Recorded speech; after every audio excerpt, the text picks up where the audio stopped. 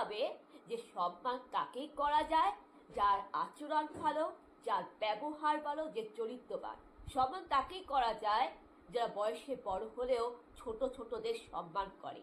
বলি, এই লোকটি কিন্তু একজন স্কুল টিচার ছিলেন। ইনার বাড়িতে নাকি কন্যা সন্তান আছে, ইনার বাড়িতে নাকি মা বোন আছে, অথচ দেখুন মা বোন থাকা সত্ত্বেও ইনার বাড়িতে একটা কন্যা সন্তান থাকা সত্ত্বেও ইনি একটা কাকুর বয়সী, একটা দামড়া লোক হয়ে একটা হাঁটুর বয়সী, আমাদের বয়সী একটা মেয়েকে কিরকম ভাবে অসভ্যতামি করলো, কিরকম বাজে ব্যবহার করলো, অসৎ আচরণ করলো। এটা কি শিক্ষিত সমাজের লক্ষণ? এটা কি শোভা পায়? আপনি বলুন, এটাই কি শিক্ষিত সমাজের লক্ষণ? আপনার বিবেক কি বলে? আপনি বলুন তো একবার। মোটেও না। ইনি শিক্ষক নামের কলঙ্ক। বন্ধুরা, এই যে ভিডিওটা ভাইরাল হলো, অনেক স্টুডেন্টরা দেখছে। ওনার তো অনেক স্টুডেন্ট রয়েছে, কেউ কলেজে পড়ে, কেউ হয়তো উচ্চ মাধ্যমিক দিবে, মাধ্যমিক দিবে। বা যখন তার স্টুডেন্টরা যখন ফেসবুকটা খুললো, সোশ্যাল মিডিয়া ইউটিউবটা খুলতে নিশ্চয়ই এই যে নিউজটা যেটা আপনাদের দেখালাম, এই নিউজটাই ভিডিওটা নিশ্চয়ই ভাইরাল হয়েছে, তারাও শুনতে পাবে। তারা কি দেখবে? তারা খুলে কি দেখবে যে তার এই শিক্ষকটি একটা হাঁটুর বয়সী, একটা অল্প বয়সী বাচ্চা মেয়ের সাথে খারাপ ব্যবহার করছে।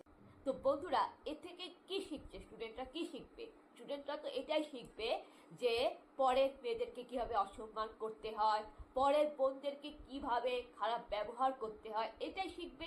বা উনি হয়তো স্টুডেন্টদেরকে এটাই শেখাচ্ছেন। ভিডিওটি ভাইরাল হয়েছে।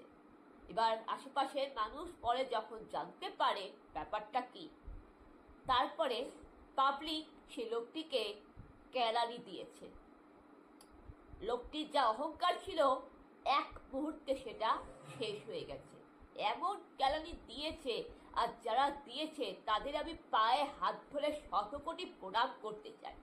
যারা ওই লোকটিকে কেলানি দিয়েছে, আমি তার পায়ে হাত ধরে প্রণাম করতে চাই। কারণ যারা মেয়েদের সাথে এরকম অসভ্যতামি করবে, যারা মেয়েদের সাথে এরকম খারাপ আচরণ করবে, তাদের শাস্তি এরকম কেলানি হওয়া উচিত। আর যদি সাথে যদি একটু বিচুটি পাতা আর লঙ্কার গুঁড়া থাকতো, তাকে যদি লাগিয়ে দেওয়া হতো, তাহলে আরো খুশি হতো। মেয়েদের বলবো, হাতে লঙ্কার গুঁড়া আর বিচুটি পাতা নিয়ে ঘোরা উচিত।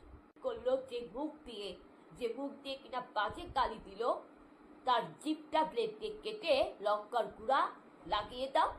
অথবা যদি মেয়েদের গায়ে যদি হাত তুলে বাজে ব্যাক টাচ করে, তার হাতের আঙ্গুল কেটে দাও। নিজের আত্মরক্ষার জন্য বা নারী জাতির আত্মরক্ষার জন্য, মা বোনেদের সম্মান রক্ষার জন্য, নিজের সম্মান রক্ষার জন্য তুমি বীর যোদ্ধা হয়েছে, এটা মনে রাখবা। কারণ অপরাধী হয়, সরকারের প্রতি কোনো দয়া মায়া নেই। ভাবুন,